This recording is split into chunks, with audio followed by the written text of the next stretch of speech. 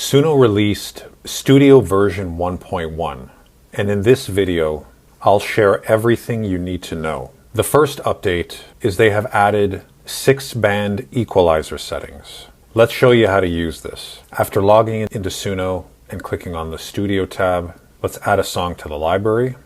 With all of the stems extracted, let's throw it into Studio. And right now, I just want to isolate the vocals. You'll notice with the clip selected on the right-hand side, there's a pop-up which shows 2 tabs now.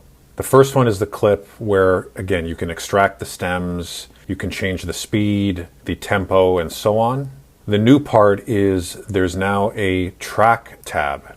When you click on this, it now opens up the EQ settings. So you can toggle them on and off if you wish. There are different presets, so if you click on the actual name, you now have a different set of presets. So let's go with warm. Let's hear how that sounds. Calling my name, but it's a voice I don't know. You left me broken, let me out in the rain. Now you're back, trying to rekindle the... Let's go with clarity and see how that one sounds. Calling my name, but it's a voice I don't know. You left me broken, let me out in the rain. Now you're back, trying to rekindle the flame. Let's go with one more, which is fullness. Calling my name, but it's a voice I don't know. You left me broken, let me out in the rain. Now you're back, trying to rekindle the flame. If you like how a particular preset sounds, but maybe you want to tweak it a bit further, each preset has different bands, and if we look at band 1, for example, with it highlighted, and we can also click on band 2, click on band 3, and so on.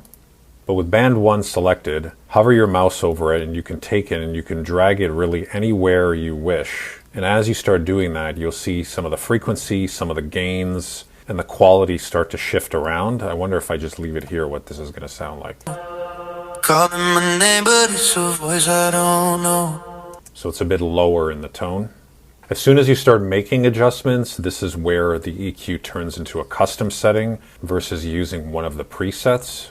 And if you want to change the different angles of the trajectory of the equalization, you have a few different preset options that you can cycle through. And then again, if it wasn't really the way that you wanted it to sound, you can take it and you can make your adjustments accordingly. The next update is the ability to loop your recordings. I'm going to add a new track, and then I'm going to select the input because I'm using headphones. And then next to the input, we want to prime this for recording. So next to that, we're going to hit the record button. We're then going to select an area of the song. Then we're going to hit the loop button at the bottom where all these controls are. Let's isolate this clip so we make sure that it's only on its own. And then we're going to hit record. So this would be the part where you continue to sing, or you would be doing spoken word, whatever your use case is in this instance. And then as it gets to the end of that clip, what'll happen is it'll loop again.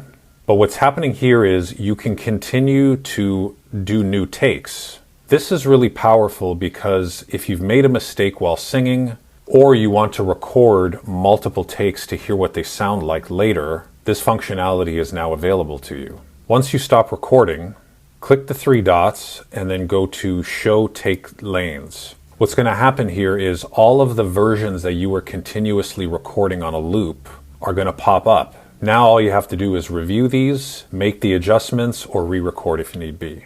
The next update is something Suno is calling the context window. Up at the top, if you click on the top of your timeline within Studio, you'll now see a pop-up that says context window. What you can do is you can take the blue markers that you see here, these tiny, tiny blue markers at the beginning and the end, and if you highlight a particular area, as long as these blue markers are within the context of this highlighted clip, everything else before the clip and everything else after the clip will be ignored.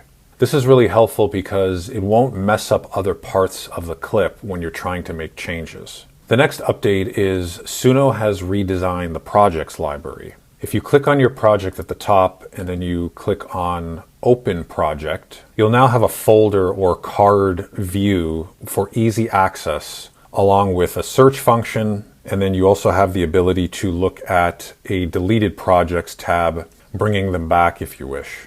If you got value out of this video, consider subscribing to my channel so you don't miss out when new content goes live. And if you're looking to learn more about getting creative with AI tools, I have content popping up that you can click on right here.